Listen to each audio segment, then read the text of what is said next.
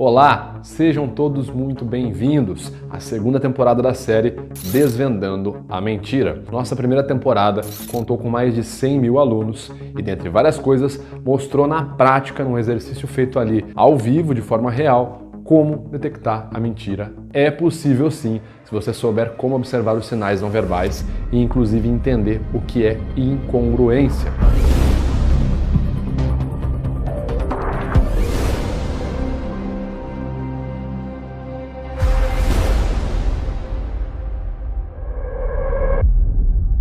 Quem vos fala é Vitor Santos, eu sou especialista em linguagem corporal, certificado nacionalmente em cinesiologia geral, ou seja, ciência que estuda a movimentação do corpo e os sinais que são atribuídos a isso. Sou certificado também nacionalmente em anatomia do pescoço e da cabeça, neurociência básica e sou também certificado internacionalmente em microexpressões faciais, expressões faciais embrionárias e perito facial pelo Paul Ekman Group, Fact Certified Coder. Além disso tudo, eu também sou investigador profissional, ou seja, meu trabalho, frequentemente, é entender quando alguém está mentindo ou quando alguém está tentando enganar outra pessoa para obter algum benefício. E é basicamente essa essência que eu quero que você também tenha. Eu quero que fique automático para você cada vez mais entender o comportamento desonesto. Eu quero te deixar preparado ou preparada para reconhecer comportamentos mentirosos no seu dia a dia, no trabalho, na sua casa, com os seus amigos. Quero te mostrar por meio de ferramentas aparentemente simples como é possível criar um sistema de fiscalização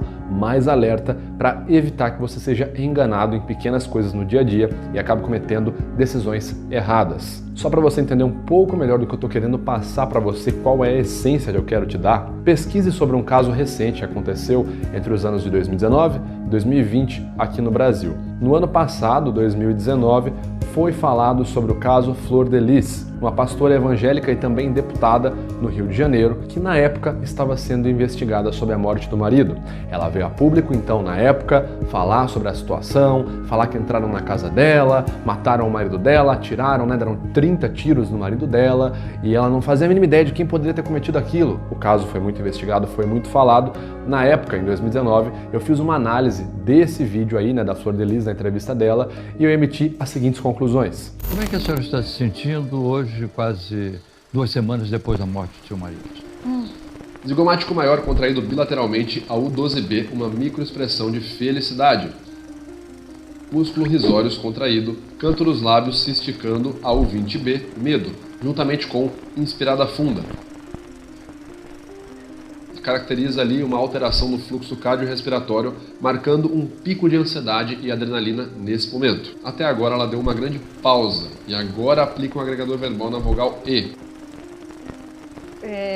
Essa ferramenta verbal geralmente é utilizada para ganhar tempo enquanto se pensa numa melhor resposta ou numa resposta que faça mais sentido narrativo, mais sentido lógico, e não uma espontaneidade emocional. Esse tipo de fala mais bem trabalhada e manipulada fica evidente quando ela diz: dizem que o tempo melhora esse tipo de situação, mas não está sendo esse o meu caso. Dizem que o tempo melhora esse tipo de situação, mas não está sendo esse o meu caso. O uso de uma linguagem tão formal e tão bem articulada num momento desse, onde seria predominante um tipo de reação mais emocional, bem como uma linguagem mais espontânea e mais emocional, não faz muito sentido narrativo e pode ser visto ali como uma inconsistência narrativa, uma vez que ela articula muito bem palavras complexas, demonstra ali uma certa manipulação do seu discurso e uma ausência de espontaneidade, e poderia também estar relacionado a um afastamento verbal, porque ela não nomeia a situação, ela não fala eu estou muito triste com meu marido ter morrido, ela faz um afastamento, ela não faz mensagens diretas, eu estou triste porque ele morreu. Ela apenas define como esse tipo de situação, que é um termo ambíguo, que seria totalmente diferente se ela falasse eu não estou bem com a morte dele, eu ainda não superei que ele morreu. É que a ficha vai caindo, Os primeiros dias a gente acha... A U12B, novamente, uma microexpressão de felicidade. É interessante notar nesse trecho que ela não dá uma resposta direta, eu estou bem ou eu estou mal, mas utiliza de vários afastamentos, como a gente já falou. Esse tipo de afastamento em excesso, essa dificuldade em responder de maneira direta eu não estou bem porque ele morreu, pode ser visto como um discurso evasivo. Como vocês vão observar na narrativa dela, quando ela relata o que ocorreu no dia do crime, ela enche de detalhes a história, coloca vários detalhes, explica algumas coisas, por exemplo, aí a minha filha veio correndo, a minha filha, aquela que mora embaixo, dorme na sala, a que dorme na sala, sabe, perto da porta. E esse tipo de detalhe excessivo, segundo o protocolo SCANS de análise não verbal e segundo o protocolo SCAN do conteúdo da mensagem verbalizada, tem relação com a dissimulação, porque quando a gente quer contar uma história que é emocionalmente verdadeira pra gente, nós vamos direto ao ponto emocional e não ficamos preenchendo ela com detalhes e com narrativas evasivas.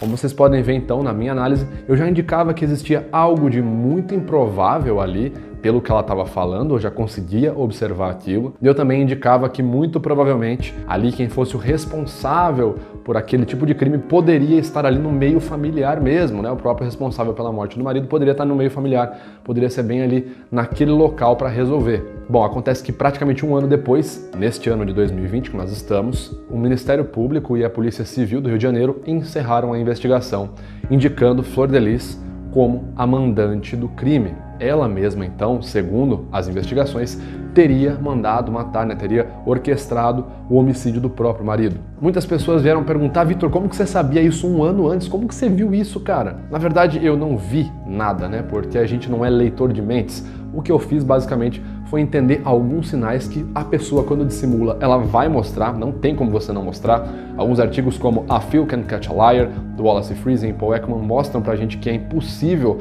você, de forma consciente, não demonstrar nenhum sinal quando você está mentindo. E observando esses sinais, então, né, sobre o caso Flor de Lis, eu apenas emiti uma conclusão. Olha, meu parecer é que, aparentemente, ela não está 100% concordante com o que está falando. Não tem magia, não tem segredo, é uma coisa que qualquer pessoa pode fazer. Basta apenas saber como observar e o que observar na linguagem corporal de outra pessoa, que você pode sim entender a intenção dela e até mesmo antecipar uma dissimulação e uma enganação. Um outro caso bem emblemático nesse ano de 2020 foi o caso de Rafael Vinks, um garoto do sul do Brasil que havia desaparecido. Sua mãe, Alessandra Dogokensky, foi na TV, né, lá na cidade dela, pedir ajuda, pedir socorro. O filho dela tinha desaparecido, ela pedia que alguém desse alguma informação onde o filho dela estava. Na época eu também analisei esse caso, na época eu também dei um parecer inclusive para a televisão, né, fui falar sobre esse caso na televisão. Então, até aí a gente não tinha noção que o Rafael ia dormir na cama dele e no outro dia a gente não ia encontrar o Rafael em casa. Novamente no artigo Movement with Precise Meanings, ou até mesmo no B3, que é o código do protocolo SCANS, escrito pelo Cliff Lansley, aumento em intensidade de um tipo de gesto pacificador, que é se auto-tocar, né, se massagear, enfim, esse tipo de gesto pacificador pode ocorrer durante a dissimulação, ok? Então quando você tem uma diferença da linha de base, a pessoa está apresentando um comportamento X, né, e aí do nada ela começa a mudar, tem uma intensificação desse comportamento nas mãos. Isso, dado o contexto, se você tiver outros sinais não verbais incongruentes, pode ser validado como indicador de incongruência ou mentira. Além disso, ela também apresenta uma alteração no fluxo de piscadas. Ele me deu uma noite normal, faz todo dia. Tentem observar quantas vezes ela pisca do início do vídeo até esse momento mais crítico. 10h30 da noite ele pediu para mim pôr mais um cobertor na cama, se eu podia cobrir ele. Ele me deu uma noite normal, faz todo dia. Bom, como vocês perceberam, ela praticamente não pisca. E nesse momento específico, esse momento crítico que ela vai falar que o garoto disse boa noite pra ela, ela começa a piscar num fluxo muito mais alto. Ele me deu uma noite normal, faz todo dia. No artigo Blinking During and After Lying, a gente consegue entender que um comportamento que ocorre durante a dissimulação também é o excesso de piscadas, durante a mentira e até mesmo um pouquinho depois do mentiroso praticar ali a mentira dele. Lembrando que isso dado o contexto e se você tiver mais de um sinal não verbal incongruente naquele momento. Ele me deu uma noite normal. V2, o tom vocal dela fica mais agudo. Ele me deu uma noite normal. V1, queda no volume vocal. Faz todo dia.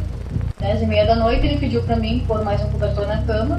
C2, detalhes excessivos. Ela descreve pontualmente o horário, 22h30. Conforme a CBCA Criteria Based Content Analysis, que é um sistema de análise da narrativa utilizado para averiguar principalmente situações envolvendo abusos sexuais, né, relatos de abusos sexuais infantis, prevê que detalhes excessivos são pontos acusados em narrativas de pessoas que estão dissimulando. Isso inclusive é explicado também no próprio protocolo SCANS pelo Cliff Lansley. Quando o mentiroso tenta enganar, ele foca primeiro na narrativa.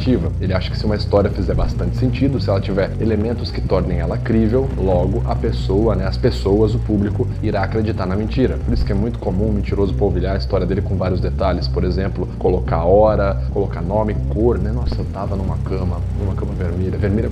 O lençol era vermelho, o cobertor era preto. E o travesseiro era de linha. Porque na cabeça dele, se ele te der vários detalhes, você vai começar a enxergar a cena, logo essa cena vai ficar super crível e você vai achar que ele tá falando a verdade. Você vai falar que você colocou seu filho para dormir, dificilmente você vai lembrar do horário específico, era 10h30, há 20 dias atrás, quando meu filho foi dormir. Um ponto argumentável é, se ela sempre colocasse o moleque para dormir na mesma hora, isso poderia ser algo da linha de base dela, algo padrão. Por isso que a gente sempre fala, nunca pega um ponto específico para definir qualquer coisa. Linguagem corporal de forma científica, você tem a regra 327. 3 sinais, pelo menos 2 canais diferentes em até 7 segundos. Vamos seguir a análise. 10h30 da noite ele pediu pra mim, 10h30 da noite. B1, shrug do lado esquerdo dela, você consegue ver uma movimentação ali na mão e no braço dela. A U20 novamente, medo. 10h30 da noite ele pediu pra mim pôr mais um cobertor na... A U20C, medo novamente. Aqui o fluxo verbal dela fica mais lento, percebam como ela começa a falar de forma mais pausada, o que ela não estava falando no começo do vídeo. Se eu podia cobrir ele me deu boa noite, normal, faz todo dia. Se eu podia cobrir ele me deu boa noite, normal.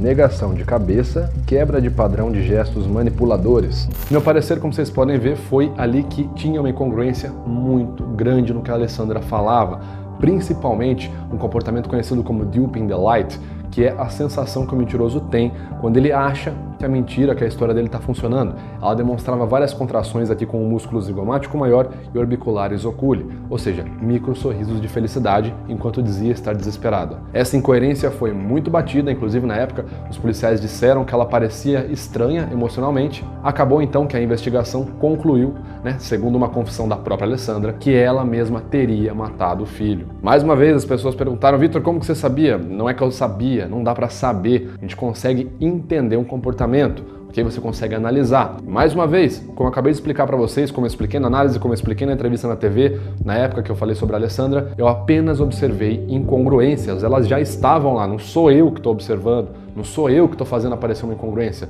A pessoa, quando dissimula, ela vai demonstrar alguns sinais discordantes. Como, por exemplo, é dito por Cliff Lensley em Getting to the Truth, quando a pessoa vai mentir, é muito comum ela ter uma dualidade entre ativações emocionais e ativações lógicas durante a dissimulação. Isso porque eu preciso pensar na mentira, então de forma lógica eu preciso criar uma história falsa que faça sentido, porém eu vou gerar aqui impressões afetivas sobre essa mentira. Eu posso ficar ansioso, posso ficar com medo de ser pego, posso ficar feliz porque eu tô enganando esse cara, eu sempre quis enganar ele. Então essa ativação muito grande ali entre as regiões emocionais, as regiões aqui lógicas, vai acabar liberando sinais de impasse, ou seja, sinais incongruentes. E é nesses sinais que você precisa trabalhar a sua análise não verbal. Fora tudo isso, eu também trabalho prestando perícias judiciais. Conversando com um amigo meu, professor da Universidade Federal de Minas Gerais, o advogado criminalista Túlio Viana, conversamos basicamente sobre como é o processo de gerar uma prova, você gerar uma prova por meio de uma análise de linguagem corporal. Acontece que alguns artigos, como Detecting Deceit via Non-Verbal Behavior, mostram pra gente que é possível sim ter uma precisão acima de 80% na detecção de dissimulação, se você observar corretamente uma análise em mais de um canal. Então não é só observar a face, não é só observar o olho, não é só observar a mão, o gesto, é saber analisar o conjunto de sinais utilizando um protocolo validado cientificamente, o qual eu utilizo, o protocolo SCANS, Six Channel Analysis, desenvolvido pela Emotional Intelligence Academy no Reino Unido. Então sim, eu sou uma pessoa com bastante experiência na área, sou uma pessoa certificada, gabaritada na área e com bastante comprovação prática na aplicação da linguagem corporal no Brasil. Não é à toa que atualmente o meu canal Metaforando está em segundo lugar no ranking de maiores canais mundiais sobre linguagem corporal. Na América Latina eu já sou o maior. E você que está vendo tudo isso já deve estar pensando, caramba, se eu soubesse detectar mentira, eu não ia ter me ferrado naquele relacionamento, eu não ia ter escolhido tal pessoa para fazer tal coisa, eu não ia ter, por exemplo, feito uma parceria comercial que daria errado por conta de uma pessoa que ia querer me sabotar. Ou deve ter pensado assim, nossa, se eu soubesse detectar mentira, eu não ia ter me dado tão mal naquele negócio que eu investi, cara. Meu Deus. E, bom, é mais ou menos isso aí mesmo. Você entender o comportamento desonesto, ser capaz de entender quando alguém está te enganando, te livra de várias dores de cabeça, como essas que eu citei agora. Por exemplo, você que está assistindo já teve algum problema de traição, não estou falando só em nível afetivo, mas uma traição de amizade. Se sentiu traído num relacionamento, se sentiu traído ou enganado, manipulado num relacionamento profissional. Imagina se você tivesse a capacidade de, conversando com a pessoa, já entender qual era a intenção dela, onde que ela estava querendo chegar, qual comportamento ela estava demonstrando para você, você e se aquele comportamento era honesto ou desonesto. Provavelmente você não teria pensado 2 vezes, ou até mesmo evitado manter um relacionamento ou um contato ou seguir em frente com um projeto com aquela pessoa. E é exatamente isso que eu quero que você seja capaz de fazer. Por isso que nós estamos aqui com essa série Desvendando a Mentira, criando a 2ª temporada, para tentar explicar mais sobre o comportamento desonesto e colocar na cabeça de todo mundo que está assistindo que é possível sim evitar ser enganado, contanto que você estude e entenda a linguagem não verbal. Nesse primeiro episódio eu vou falar brevemente sobre relacionamentos, certo? Como eu falei agora, uma mentira, uma traição, uma enganação, como que a gente consegue entender isso? O peso de um relacionamento, dentre vários pilares, pode ser visto pela confiança, ou seja, a forma em que você acredita no que a pessoa que está conversando com você está te mostrando. Então, teu parceiro, tua parceira, teu amigo, tua amiga, seu relacionamento profissional, se essa pessoa demonstra que ela de fato é concordante com aquilo que ela está falando, significa que ela é uma pessoa confiável e então você pode depositar confiança nela. Por exemplo, olha o que a Tati Ferreira, comunicadora, criadora do blog e do canal Acidez Feminina, entende sobre a confiança no relacionamento. Pois é, Vitor, é engraçado você me fazer essa pergunta, porque eu até comentei com você que eu estava lendo um livro outro dia, e nesse livro o cara, que o autor chama Malcolm Gladwell, até pus aqui a colinha para eu não esquecer o nome dele, que do jeito que minha memória é ruim, e ele fala muito nesse livro, ele faz uma análise, na verdade, sobre 2 questões que ele entendeu que acontecem. Uma delas é o pressuposto da verdade, e a segunda é uma questão de acoplamento. Eu vou tentar explicar um pouco. Mas ele faz essas 2 análises também muito relacionadas à criminalidade, a suicídios e tudo mais, e lendo, e de tanto pensar sobre essa coisa do relacionamento, eu fiquei pensando, cara, dá para encaixar exatamente no relacionamento.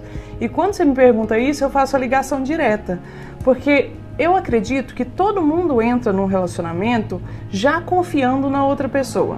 E eu acho que isso tem muito a ver com o pressuposto da verdade. Você já entra acreditando que aquela pessoa ela não vai mentir para você, que ela não está sendo desonesta de alguma maneira. E eu acho que a maioria das pessoas se sentem assim. Pelo menos quem está assistindo a gente, eu espero que se sinta assim, porque senão a gente entra numa questão de psicopatia, talvez, né? Não sei, não vamos falar muito sobre isso também, mas é basicamente isso. E tem a questão da gente estar apaixonado também, quando vai começar a se envolver, e isso acaba deixando a gente um pouco cego e mais entregue de alguma maneira. Então, acho que essa confiança, na real, ela não é construída. Você já vem tendencioso a confiar na outra pessoa, e a partir daí você vai desenvolver uma confiança maior e vai ter aquilo reforçado, ou o negócio vai desandar. E aí que entra a questão do acoplamento, que ele diz lá também, que é uma junção de várias coisas. Eu acho que começa a desandar para várias pessoas em momentos diferentes. Por exemplo, eu acho que precisa ter uma junção do repertório, do lugar, do tempo, o momento que a situação está acontecendo e do tipo de situação. Vou te dar um exemplo para vocês entenderem. No meu caso, eu jamais ficaria desconfiada do meu marido, do meu namorado, ou sei lá, todos os que eu já tive, né? Porque eu sou tipo a Gretchen, estou no 13º casamento, brincadeira na verdade, mas é mais ou menos isso. E aí, eu nunca ficaria desconfiada deles se eles demorassem a responder uma mensagem minha no WhatsApp, por exemplo. Mas tem muita gente que, por causa das experiências que já viveu, e aí é o repertório, por causa da insegurança que ela sente, e aí são questões de autoestima, de autoconhecimento, ou até de algum rolê que já aconteceu com ela também, e da situação do momento que ela está vivendo naquela hora, talvez ela se sinta insegura e comece a desconfiar disso, e isso gere uma questão não apenas momentânea, como que vai virando uma bola de neve depois, né? Ok, você já entendeu então que a mentira ela é comum e que a confiança é algo que deve ser valorizado, por isso você entende que precisa prestar muita atenção para tentar sacar qual é o nível de confiança daquela pessoa. Agora, vamos falar sobre mentira, né? Quais são os tipos de mentiras mais comuns num relacionamento? Sobre isso, nós temos o psicólogo John Gottman, que realizou estudos com casais na terapia de casais por mais de 5 anos para tentar entender qual comportamento emocional, qual comportamento desonesto era praticado numa relação amorosa, numa relação afetiva. Ele entendeu então que das mentiras praticadas, a omissão era a mais comum no relacionamento. Omitir significa esconder parte importante de uma história que faria toda a diferença na percepção do seu ouvinte. Por exemplo, imagina assim no relacionamento, vamos pegar um contexto muito comum, traição. Eu saio da faculdade, aí eu passo na casa da minha amante e depois eu vou para minha casa. Minha namorada me liga e fala: amor, você saiu da faculdade ontem? Onde você foi? Aí eu respondo: eu fui para casa. Eu estou falando a verdade. Em partes, sim, eu fui pra casa em algum momento, depois da casa da minha mãe eu fui pra casa, mas isso é uma mentira de omissão. Perceba que se minha namorada soubesse observar ali o básico do canal S ou do canal C, né, Content of the Verbal Message, ela ia perceber que quando ela me perguntou, você saiu da faculdade e foi pra onde? E eu falei, fui pra minha casa, eu fiz um C2, um distanciamento verbal. Eu evitei responder de forma direta a pergunta. Se ela tivesse esse conhecimento, ela me questionaria. Amor, você fez um C2, certo? Um distanciamento verbal, quando você disse e fui pra casa. O que aconteceu logo depois da faculdade? Você passou em algum lugar primeiro? Olha como já dificultaria para eu mentir para ela. Olha como muda toda a situação se você entende um critério de análise não verbal. Mas beleza, você deve estar me olhando e falando assim, caramba, Vitor, eu quero aprender isso, eu preciso disso. Nossa, isso é muito bom. Não dá para ser enganado?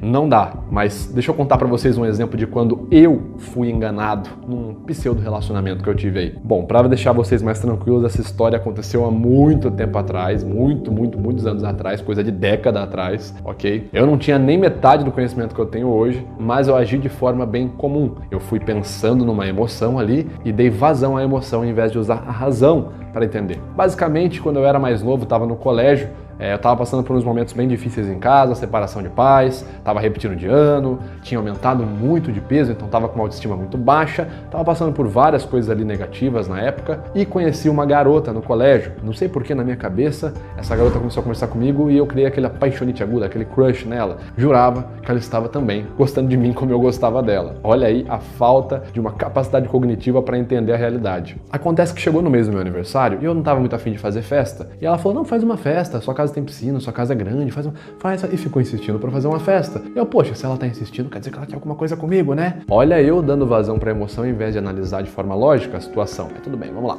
Bom, conclusão. Marquei a festa, né? Do jeito que ela tinha comentado, lá faz, tá lá. Fiz a festa e ela falou assim, olha, eu posso só levar uma amiga na festa? Falei, ué.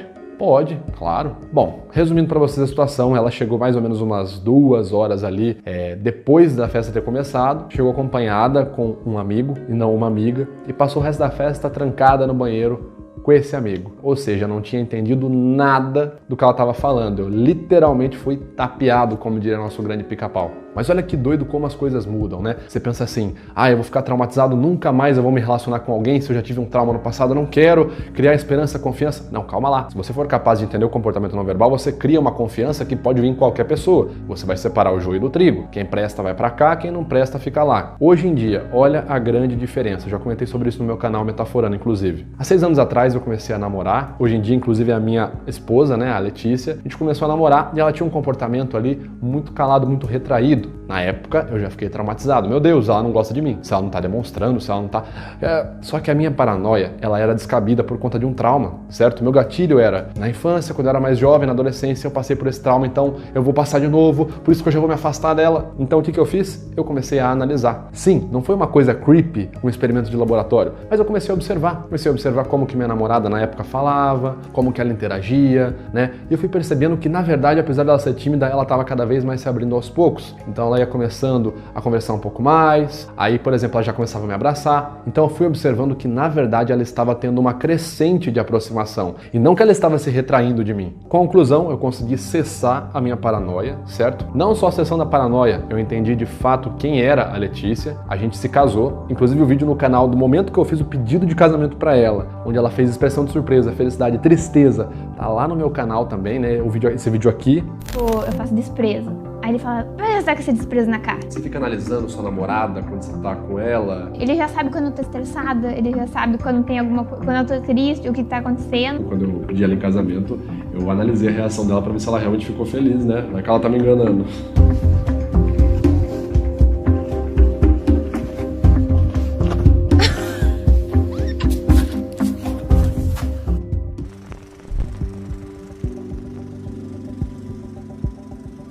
E hoje nós estamos aí há quase 7 anos juntos, certo? E a minha paranoia não me impediu de viver um relacionamento muito positivo. Então sim, é capaz você quebrar várias das suas paranoias, vários dos seus traumas, tendo a capacidade de realmente entender o que a pessoa na sua frente está demonstrando. Você não precisa criar um escudo para qualquer um que se aproxime. Identifique primeiro, saiba identificar. Aí, se você identificar que a pessoa de fato é negativa, levante os escudos para ela. E quais seriam os sinais negativos? Bom, o foco desse vídeo é falar de forma geral Mas eu quero dar um bônus para vocês e quero falar sobre alguns sinais que podem sim acontecer numa pessoa que está dissimulando. Lembrando que não existe livro de regras, né? Sempre que a pessoa fizer tal sinal, ela estará dissimulando. Não existe validação científica, você precisa ser capaz de analisar todos os canais juntos, né? Lembra que eu falei no começo da aula. Mas segundo pesquisadores como John Gottman, existem duas microexpressões muito comuns quando o relacionamento está chegando ao fim ou quando a pessoa já não está mais se importando com você. São eles: desprezo e nojo. O desprezo é caracterizado pela contração unilateral do canto dos lábios. Pode ser, por exemplo, uma contração no músculo bucinador de forma unilateral.